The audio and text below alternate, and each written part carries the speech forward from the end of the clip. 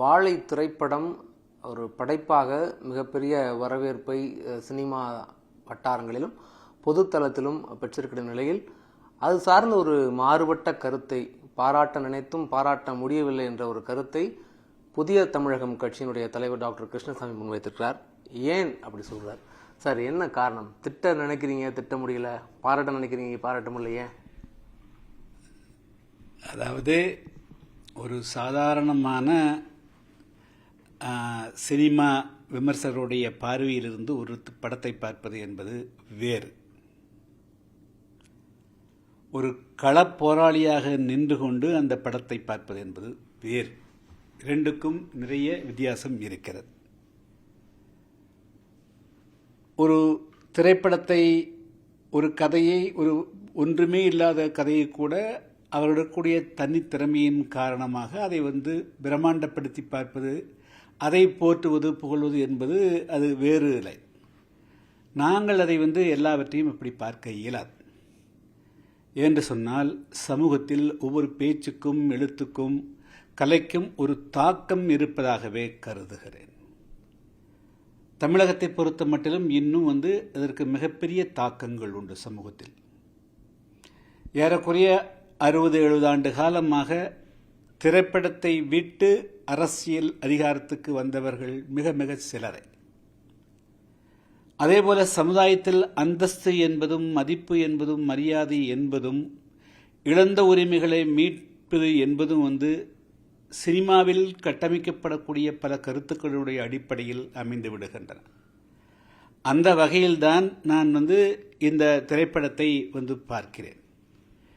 இப்பொழுது இந்த திரைப்படம் தென் தமிழகத்தில், அதுவும் திருநெல்வேலி ஆற்றங்கரையோரம், மிக முக்கியமாக தமிழகத்தினுடைய, இந்தியாவினுடைய, அதாவது சிந்து சமவெளிக்கு பிறகு மிகவும் தொல்லியல் துறையால் கவனம் செலுத்தப்பட்டது ஆதிச்சநல்லூர் என்று அழைக்கப்படக்கூடியது.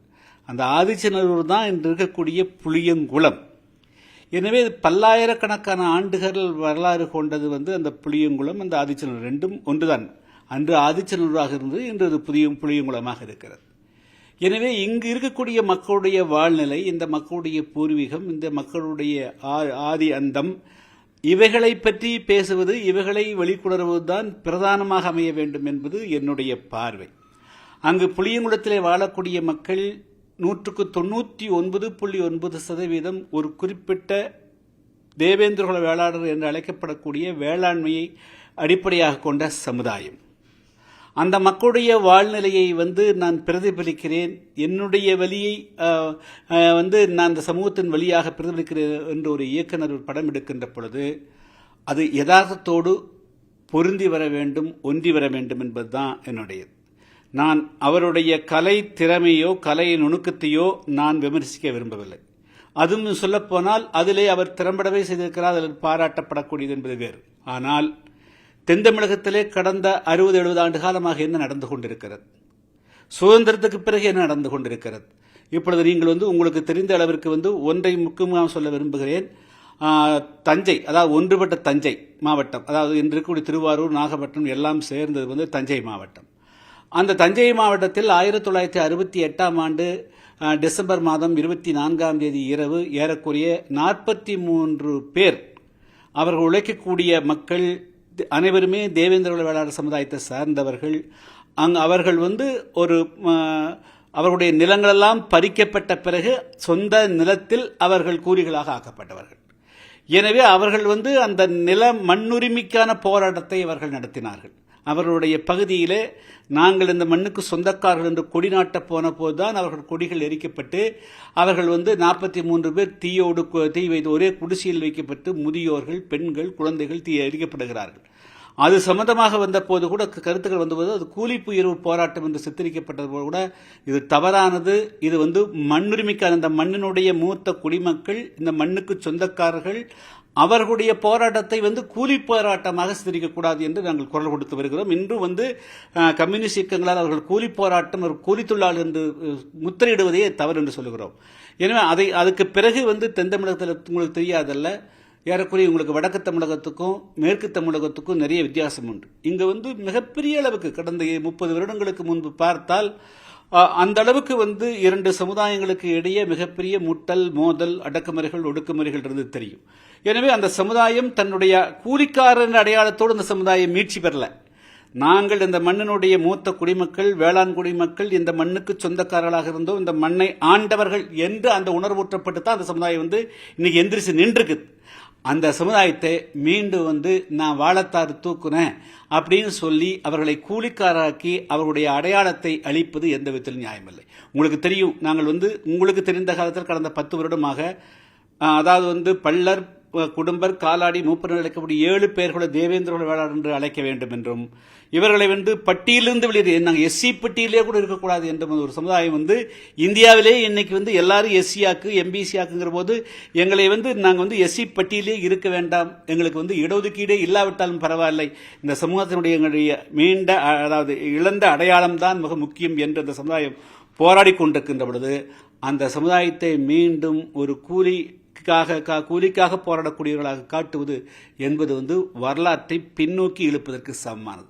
அந்த வகையில்தான் தம்பி அந்த மாரிராஜ் அவர்கள் இந்த வாழை என்ற திரைப்படத்தில் அவர் எல்லோருமே இந்த சமுதாயத்தில் படிக்கிற காலத்தில் எல்லோருமே, அதாவது விவசாயியின் மகன் கண்டிப்பாக அப்பாவுக்கு துணையாக இருப்பான். ஒரு கடை வச்சிருந்தா கடையில் போய் உட்கார்ந்துருப்பாங்க, ஒரு டெய்லராக இருந்தால் டெய்லர் போய் உட்கார்ந்துருப்பாங்க. இது ஒரு புதிய விஷயம் கிடையாது.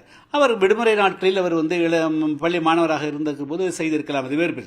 ஆனால் அதுதான் சமுதாயத்தினுடைய அடையாளம் என்று காட்டுவது சமுதாயத்தினுடைய வரலாற்றை மறைப்பதற்கும், அந்த ஆயிரக்கணக்கான பேர் உயிரிழந்து சிறை சென்று மீட்ட ஒரு அடையாளத்தை அளிப்பதற்கு சமமானதாகும். எனவே அது தவறானதுங்கிறதா நான் சுட்டி காட்ட விரும்புகிறேன். அதுதான் நான் கலை என்று பார்க்கின்ற பொழுது நான் பாராட்டுகிறேன். நீ ஒரு தென் தமிழகத்திலிருந்து அந்த கலைத்துறை திரைப்படத்துக்குள்ள போறது கஷ்டமானது, வந்திருக்கிறீங்க, அதுக்கு பாராட்டுகிறேன். ஆனால் அதே சமயத்தில் ஆயிரக்கணக்கான பேர் உயிரிழந்து சிறை சென்று பொருளிழந்து எத்தனையோ துன்பங்களை தாங்கி மீட்டெடுக்கப்பட்ட அந்த தேவேந்திர குல வேளாண், இந்த மண்ணுக்கு சொந்தக்காரர்கள், நில உடைமையாளர்கள் இந்த மண்ணுரிமைக்கான போராட்டத்தை கூலிக்கான போராட்டமாக மாற்றுவதில் எனக்கு உடன்பாடு இல்லை. அதன் காரணமாகத்தான் இதை பாராட்ட முடியாமல் இருக்கிறேன் என்று சொல்கிறேன். இல்லை சார், இப்போ நீங்கள் பேசும்போதே அந்த சமுதாயம் எவ்வளவு கஷ்டப்பட்டாங்க, என்ன மாதிரியான போராட்டங்கள், என்ன மாதிரியான ஒடுக்குமுறைகள்லாம் எதிர்கொண்டாங்க அப்படின்னு சொல்ல வேண்டியது இருக்கு. அப்போ ஒரு மக்களினுடைய வலியை வேற அவங்க பட்ட வலியை அதை படமாக்குறதுல அது எப்படி அவங்கள இன்னமும் கூலிக்காரர்களா சித்தரிப்பதுன்னு எப்படி நீங்க உணர முடியும்? அவங்களுடைய பெயின் தானே அது, அவங்களுடைய வலி தானே அது. இல்ல, அதாவது நீங்கள் சொல்லுகின்ற பொழுது நீங்க எந்த வரலாற்றை எப்படி சொல்ல வரீங்க, இன்றைக்கு நடக்கிறது என்று சொல்லுகிறீர்கள் என்பது ஒரு விஷயம் இருக்குது. எப்படிங்க, இப்போ தமிழர்களை இங்கிருந்து ஃபிஜி ஐலாண்டுக்கு கரும்பு தோட்டங்களை கூட்டு போய் கொடுமைப்படுத்தினாங்க. ஆப்பிரிக்காவில் சுரங்கங்களுக்கு கொண்டு போனாங்க. மலேசியாவிலையும் பர்மாவிலையும் ரயில் பாதைகள் போடுவதற்கும் ரப்பர் தோட்டங்களை கூட்டிட்டு போனாங்க. சிலோனுக்கு டீ எஸ்டேட்டுக்கு கூட்டிட்டு போனாங்க. இதே தமிழ்நாட்டிலேயே நூற்றுக்கணக்கான பகுதிகளில் இப்போ திருநெல்வேலி மாவட்டம் மாஞ்சோலையிலையும், அதே போல கோயம்புத்தூர் மாவட்டம் வால்பாறையிலும் கூடலூரும் தேயிலை தோட்டங்களில் கசக்கி பிழிகிறார்கள். இதுதான் இந்த மக்களுடைய வரலாறா? இந்த மக்கள், இந்த மண்ணுக்கு சொந்தக்காரர்கள் அவர்களுடைய வாழ்வுரிமையை பறித்துவிட்டு, அவருடைய மண்ணுரிமையை பறித்துவிட்டு அவர்கள் இந்த கஷ்டத்துக்கு ஆளாக்கப்படுகிறார்கள் என்று சொல்வதற்கும், இவர்கள் கூலிக்காரர்களாக பிறந்தார்கள், கூலிக்காரர்கள் காட்டுவதற்கு நிறைய வித்தியாசம் இருக்கு. அவருடைய வரலாறை வரலாறு சுட்டி காட்டணும். They are the ancestors. அந்த பூமி, இந்த மண் அவர்களுடையது. இந்த மண் அவருடைய பறிக்கப்பட்டு சொந்த பூமியில் கூலிக்காரர்களாக்கப்பட்டிருக்கிறதுக்கும், நான் என்னுடைய போராட்டமே கூலிக்கான போராட்டமாக காட்டக்கூடாது. நான் மண்ணுரிமைக்கான போராட்டம் நடத்திட்டு இருக்கிறேன். இப்போ இதே மாஞ்சோலையில் நீங்க பாத்தீங்கன்னா, நான் இப்ப இன்னைக்கு வரலும் கூட நீதிமன்றத்தில் போராடிட்டு இருக்கிறேன். என்ன போராடுறேன்? என்னை மாஞ்சோலையிலே வாழ வையி, அங்க நிலம் கொண்டு தான் போராடுறேன், எனக்கு கொஞ்சம் கூடுதலாக சம்பளம் எதுன்னு கேட்கல. ஸோ அதனால எங்களுடைய போராட்டம் என்பது தஞ்சாவூர்ல நடந்தாலும் சரி, கோயம்புத்தூர் நடந்தாலும் சரி, திருநெல்வேலி நடந்தாலும் சரி, இந்த மண் இந்த மண்ணுக்கு சொன்னது. நெல்லையும் வாழையும் விளைவித்து காட்டியவர்கள் அந்த வேளாண்மைக்கு சொந்தக்காரர்கள், அவர்களை கூலிக்காரர்கள் அல்ல, இந்த மண்ணுக்கு சொந்தக்காரர்கள். அதை சரியா பிரசன்டேஷன் பண்ணணும் ஆச்சுங்களா? அந்த சொந்த மண்ணில் இவங்க இப்படி கஷ்டப்படுத்துறாங்கன்னு சொல்லி காட்டணும். நான் கூலியூருக்கான போராட்டம் ஒரு ரூபாயிலிருந்து 2 ரூபாய்க்கு போராட்டணும் அப்படின்னு காட்டக்கூடாது. நான் மண்ணுரிமைக்காக போராடினேன், நிலத்துக்காக போராடினேன், ரைட்ஸ்க்காக போராடணும். கூலியுறவு ரைட்ஸ் கிடையாது ஆச்சுங்களா? மண்ணுரிமை தான் ரைட்ஸ், கூலியுறவு ரைட்ஸ் கிடையாது. அது தன்னுடைய வாழ்க்கை ஆதாரத்தை மேம்படுத்திக் கொள்வதற்காக அது ரைட்ஸ் கிடையாது. ஸோ இந்த மண்ணின் பூர்வீக குடியாளர் வந்து ஒட்டுமொத்தமா இந்த மண்ணால் தான் அடிமைப்பட்ட, மண்ணை இழந்த பிறகுதான் இவர்களுக்கு எல்லா விதமான தாழ்ச்சி வந்தது. இவங்களுக்கு வந்து நான் இந்த மண்ணை பறிச்ச பிறகு அந்த நிலத்தை சொந்த நிலத்தில் அவன் கூலிக்காரனாக்குனான்.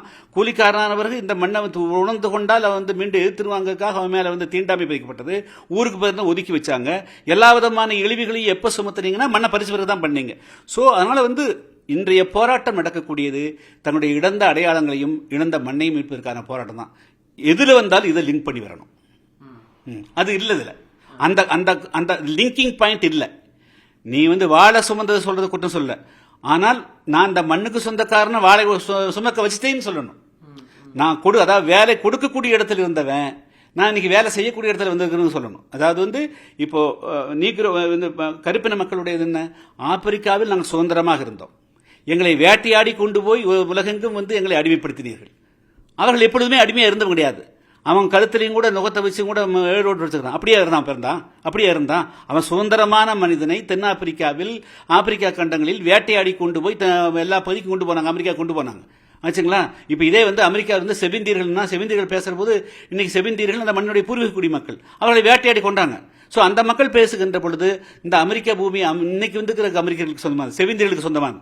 ஸோ நீ வந்து பேசுகின்ற ஒரு மக்களை பேசுகின்ற பொழுது அந்த மக்களுடைய பூர்வீகம் என்ன, இந்த மண் ஆறுக்காந்துன்னு பேசணும். அதை பேச இந்த வாழைப்படம் தவறிவிட்டது.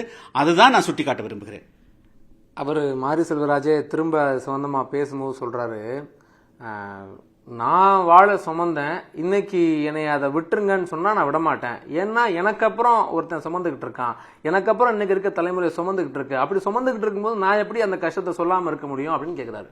இல்ல, இதுதான் தப்பு. அதாவது அவர் வந்து பொதுவானதை தனிநபருக்குள் கொண்டு போவதும் தனிநபருக்கான சுமைகளை பொதுவாக்குறதும் தப்பு. காந்தி யாருடைய சுதந்திரத்துக்காக போராடினாரு? அவருக்கும் தான், நாட்டுக்கும் தான். அதாவது it is for the country, அதுக்குள்ள தன்னுடைய சுதந்திரம் வந்துடும். வஉசி யாருடைய சுதந்திரத்துக்காக போராடினார்? அவருக்கு என்ன கஷ்டம் இருந்தது? நாட்டுக்காக. ஸோ நாட்டு சுதந்திரத்தில் நம்முடைய சுதந்திரம் வந்துடும் ஆச்சுங்களா. அப்போ இந்த தேசத்தினுடைய சுதந்திரம், இந்த மக்களுடைய சுதந்திரம் என்று பேசுகின்ற பொழுதுதான் நம்முடைய சுதந்திரம் அதுக்குள்ள வரும். எனக்கு தனியாக சுதந்திரம் கூடனா அது வராது. அதே போலதான் நீங்கள் பேசுகின்ற பொழுது அது பொதுவாக இருக்கணும். வாழை சுமப்பதோ அல்லது நெல்கட்டு சுமப்பதோ அல்லது வந்து தீப்பெட்டி தொழில் செய்வதோ இது எல்லாமே இந்த நாட்டில் இருக்கக்கூடிய அம்சங்கள். நீங்கள் வந்து யாரை பற்றி பேசுகிறீர்கள், நீங்க எந்த இடத்துல நின்று பேசுறீங்க? நீங்க உங்களை வந்து புளியங்குடத்தோடு அடையாளப்படுத்துறீங்க. நீங்க புளியங்குடத்தோடு அடையாளப்படுத்தாம நீங்க வேறு எங்கேயோ ஒரு இடத்துல வந்து உங்களை வந்து நீங்க வந்து பம்பாயில் இருக்கக்கூடியனாலோ அல்லது வந்து கல்கத்தா இருக்கக்கூடிய அடையாளப்படுத்தி நீங்க பேசியிருந்தீங்கன்னா இந்த கொஸ்டின் இருக்காது. புளியங்குளத்துக்கு ஒரு வரலாறு உண்டு. புளியங்குளம் 1000 ஆண்டு காலத்துக்கு முன்பு வந்து ஆதிச்சநல்லூர் என்று அழைக்கப்படக்கூடிய தமிழர்களுடைய பூர்வீக பூமி, அங்கதான் தமிழருடைய நாகரிகம் தோன்றிருக்கிற இடம். நீ அங்க பேசுற போது உன்னுடைய பூர்வீக வரலாறும் இந்த மண்ணுக்கு சொந்தக்காரன் தாமிரபரணி நாட்டில் நாகரிகம் உன்கிட்ட இருந்து வந்ததுங்கிறத நீ சொல்றதை விட்டு போட்டு மீண்டும் திருப்பி 1.5 பைசா கூலி உயர்வு பேசுறது தான் வரலாற்றை மறைக்கிறதுன்னு அர்த்தம். இல்ல சார், பெருமைகளை வெறுமன பெருமைகளாக சொல்லி அவங்களுக்கு ஒரு பெருமித உணர்வை மட்டும் ஊட்டுறது அப்படிங்கிறது எல்லாரும் செய்யக்கூடாது. நீங்களே கூட செய்வீங்க. நீங்க இப்ப கூட சொல்றீங்க அவங்க தான் ரொம்ப மிகப்பெரிய நில உரிமையாளர்கள் அப்படின்னு. இப்ப அதை எப்படி அதை எல்லாரும் சொல்லக்கூடியும். பட் நான் ஒரு படைப்பாளியாக இந்த மக்களுடைய பெயினை, இந்த மக்களுடைய வலியை, அந்த உயர்வுக்காக அவங்க நடத்தின போராட்டம், அது சார்ந்திருக்கக்கூடிய மிகப்பெரிய வலி, அவங்க அனுபவிச்ச வலியை சொல்லணுங்கிறது வந்து அதை நீங்க எப்படி அது மாற்று? நீங்க வந்து வலியை சொல்ற போது வலியை சொல்லணும்ல. என்ன வலி சொல்லிக்கிறீங்க? படம் வந்து வலி சொல்லணும்ல. வலியை சொல்லுகின்ற போது வலியை சொன்னாதான் இருக்க முடியும். வழி சொல்ல தவறுகின்ற போது அப்ப நீங்க எங்க வழி தவறி போறீங்கன்னு அர்த்தம். அதான் சுட்டி காட்டுறேன். நாங்க சொல்லக்கூடியது வலியை சுட்டி காட்டுகிறோம், வரலாற்றை சுட்டி காட்டுகிறோம், வழியை காட்டுகிறோம். வழியை காட்ட தவறுனால்தான் பிரச்சனையே. உங்களுக்கு அது அவர் படத்துல வந்து வழியை சொல்லலங்கிறது தான் பிரச்சனையா அல்லது வேற வரலாற்றையும் சொல்லல, அச்சா வழியும் சொல்லல. வேற எதுவும் அவர் மேல காரணங்கள் இருக்கா? இல்லாட்டி ஏன்னா ஏன்னா நீங்க சொல்றது ஒரு சின்ன காரணமா தான் தெரியுது. அது வந்து அவர் ஒரு படைப்பு அப்படிங்கிறது எந்த நேரமும் வந்து ஒரு கன்க்ளூஷனை, ஒரு முடிவை அல்லது ஒரு தீர்ப்பை சொல்ல முடியாது. அது ஒரு விவாதங்களை உருவாக்கணும். ஒரு படைப்புங்கிறது ஒரு விவாதங்களை உருவாக்கணும். அது சார்ந்து மக்களை தேடி போறதோ, அது சார்ந்து மேலதிகமா தெரிஞ்சுக்கிட்டு அந்த உரிமைகளை பற்றி அறிஞ்சுக்கிறதுக்கான வழியைத்தான், அதுக்கான வாசலைத்தான் ஒரு படைப்பு திறந்து விட முடியும். முழுக்க அதுவே தீர்ப்புகளையும் தீர்மானங்களையும் சொல்லிட முடியாது. இல்ல, சிலப்பதிகாரம் எடுத்துக்கங்க. சிலப்பதிகாரம் ஒரு காவியம். சிலப்பதிகாரத்தில் என்னென்னலாம் சொல்லப்பட்டிருக்குது அச்சா? அதில் ஒரு ஹீரோ உண்டு, ஒரு ஹீரோயினி. ஹீரோங்கிறது ஹீரோயினி கண்ணகி ஹீரோ வராங்க, அது ஆப்போசிட் வில்லன் இருக்கிறாங்க ஆச்சுங்களா? ஸோ வருது. அதுக்கு பிறகு நீ எப்படி நீதி வருது? அது நீதி சொல்றாங்கல்ல, அது நீதி இருக்குதுல்ல, நீதி இருக்குதா இல்லையா? அரசியல் பிழைத்தோருக்கு அறம் கூற்றாபதும் வந்து நீதி வரக்கூடாதுன்னு சொல்லுதா இல்லையா ஆச்சுங்களா? அது எத்தனை நீதி சொல்லுது? ராமாயணத்தில் நீதி உண்டா இல்லையா? ஒரு போர் புரிஞ்ச பிறகு நீதி உண்டா இல்லையா? மகாபாரதத்தில் நீதி சொல்லப்படுதா இல்லையா? ஸோ எல்லாவற்றிலும் நீதி இல்லை என்று சொன்னால் அது வேறு போதைன்னு அர்த்தம். நீதி சொல்லணும். அதனுடைய அதாவது what is the conclusion, what is your commitment? நீ என்ன சொல்ல வர்ற? இதன் மூலமாக யாருக்கு என்ன சொல்ல வருகிறீர்கள்? நீ வந்து சிவப்பு பச்சை காமிக்கிற, சிவப்பு பச்சை புதிய தமிழகத்தினுடைய அடையாளம், அது தேவேந்திர சமுதாயத்தினுடைய அடையாளம் காமிக்கிறீங்க. அந்த சமுதாயத்துக்குள்ள போய் ஒரு கருத்தை விதைக்கிறீங்க.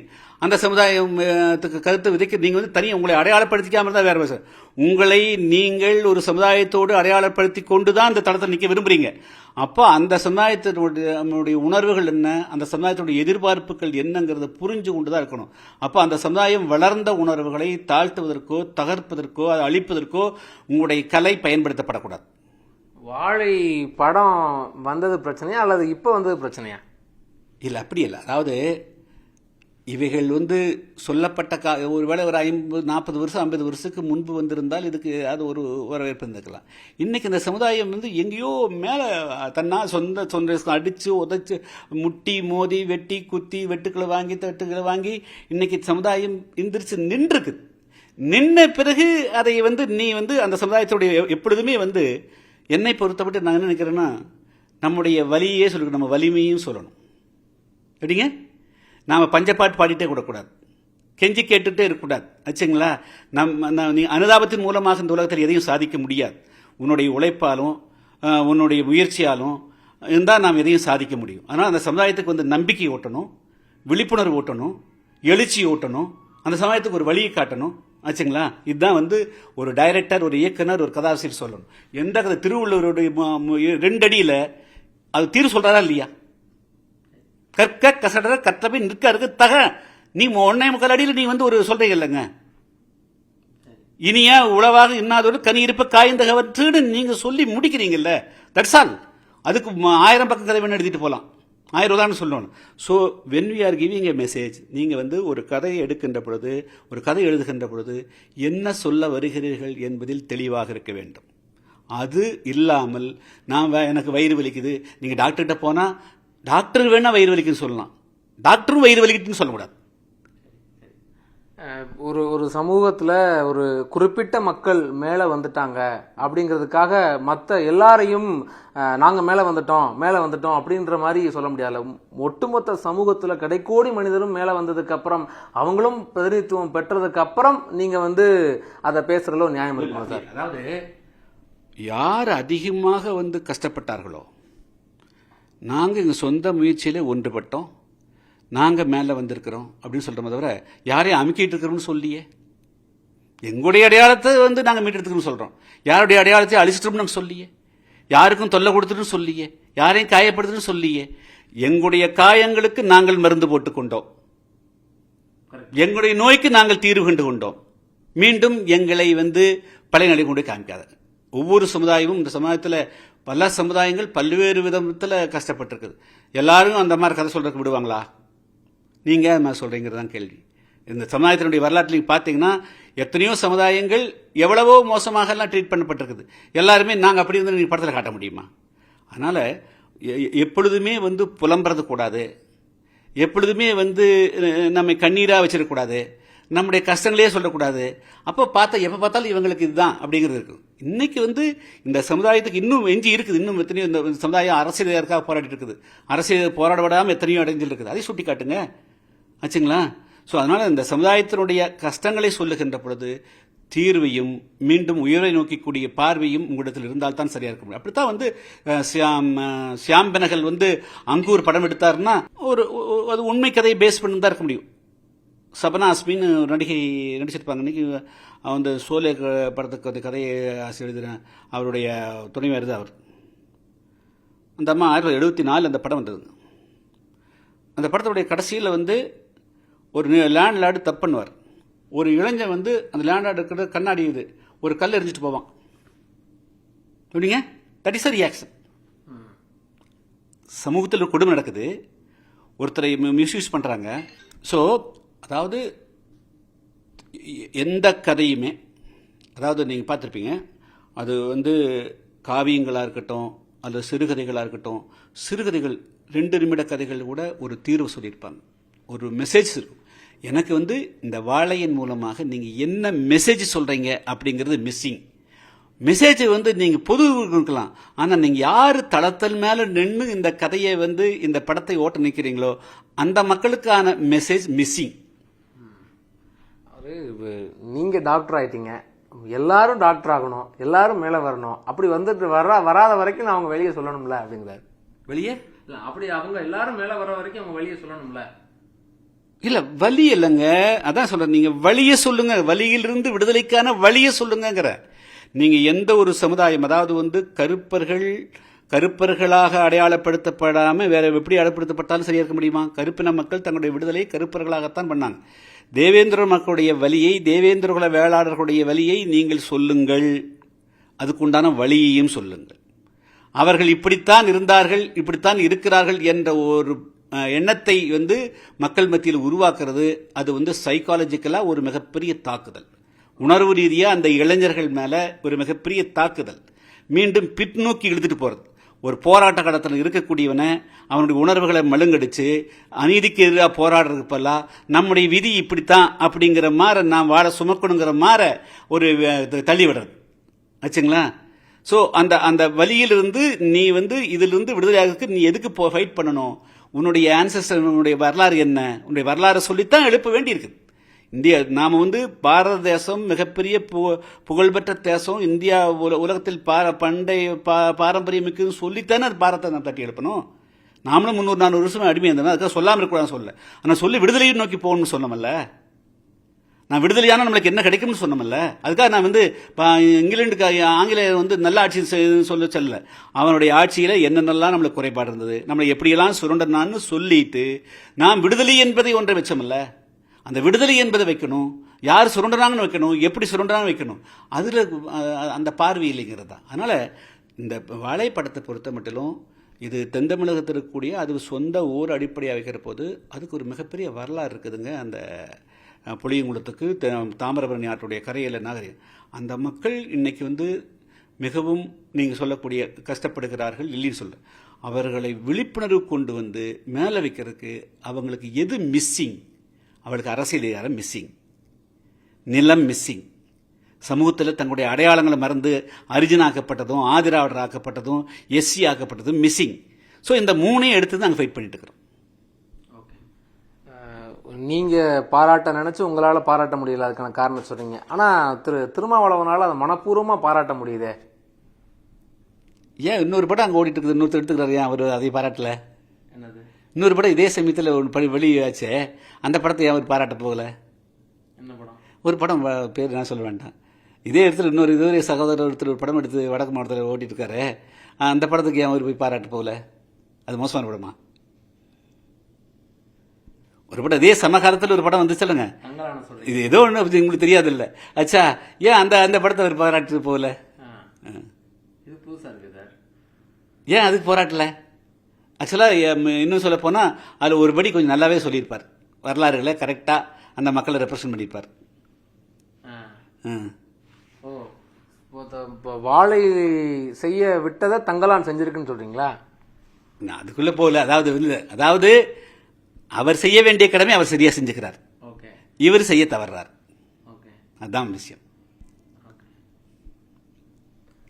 நீங்க அந்த வாழை தார ஏதாவது எப்பயாவது சம்பந்தம் இருக்குங்களா? அனுபவம் எல்லா இடத்துலையும் விளையாதுங்க. ஆச்சா, வாழை வந்து எல்லா இடத்துலையும் சுமையாது, விளையாது. அது வந்து எங்கே வந்து எல்லாம் நீர் வளம் இருக்கிறதோ ஆற்றங்கரையில் இப்போ வந்து டெல்டா பகுதியில் விளையும். அதுக்கு வந்து 10 மாதம் குறைவில்லாமல் வாட்டர் வேணும், வறட்சியான பகுதியில் வராது. ஆச்சா, அதுபோக வந்து சொந்த பூமியில் சொந்த நிலத்தில் ஒருத்தர் வந்து வேளாண்மை செய்வது குற்றமெல்லாம் கிடையாது. ஆச்சுங்களா? சொந்த நிலத்தை பறிச்சுட்டு இன்னொருவருக்கு பணியாளாக போகிறதும் அடிமையாக்கப்படுறதும் தான் வந்து தவறானது. அதைத்தான் நாம் வந்து கடுமையாக எடுத்து நம்ம ஃபைட் பண்ணிகிட்ருக்குறோம். ஆச்சா, வாழை சாப்பிடணும்னு இருக்கிறவன் வாழையை விளைவிக்கிறதோ வாழையை தூக்குறது ரெண்டும் தப்பு இல்லை. நெல்லை அரிசி சாப்பிடணும்னு நினைக்கிறவன் நெல் வயலுக்குள்ளே இறங்கி பாடுபடுறது தப்பானது கிடையாது. நீங்கள் செஞ்சுருக்கீங்களா? அது எனக்கு எல்லா விதமான அனுபவம் உண்டு. நான் வந்து இன்றைக்கும் வேளாண் செஞ்சுட்டு தான் இருக்கிறேன். இன்றைக்கி வந்து தென்னை வச்சுருக்கிறோம். எங்கள் பகுதி வறட்சியான பகுதி, தென்னை வச்சுருக்கிறோம். இந்த நீங்கள் சொல்கிற ஒப்பீடு இப்போ தான் புதுசாக தோணுது. வாழை படத்தை பாராட்டின திருமாவளவன் ஏன் தங்கலான பாராட்டலை அப்படிங்கிறது வந்து ஏன் என்னவா இருக்கும்? என்ன காரணம்? அதுக்குள்ளே போக வேண்டாம், அவ்வளோதான் சொல்ல முடியும். அதுக்குள்ளே சொல்ல முடியாது, ஆராய்ச்சிக்குள்ளெல்லாம் போக வேண்டாம். இல்லை, நீங்கள் இது கேட்டீங்க, அதுக்கு பதில் சொல்லிக்கிறேன், அவ்வளோதான். அதாவது மாரி செல்வராஜுடைய வீடு தூரம், இன்னொருத்தருடைய வீடு ரொம்ப பக்கத்தில். அண்டை வீட்டு போட்டு தூரத்தில் வந்து பாராட்டுறீங்களா? அது என்ன விஷயம்? அது எதுக்கு காரணமாக இருக்க முடியும்? எதுக்காக? அது நான் சொல்ல விரும்பலன்னு சொல்லிட்டேன். ஓகே, நன்றி சார்.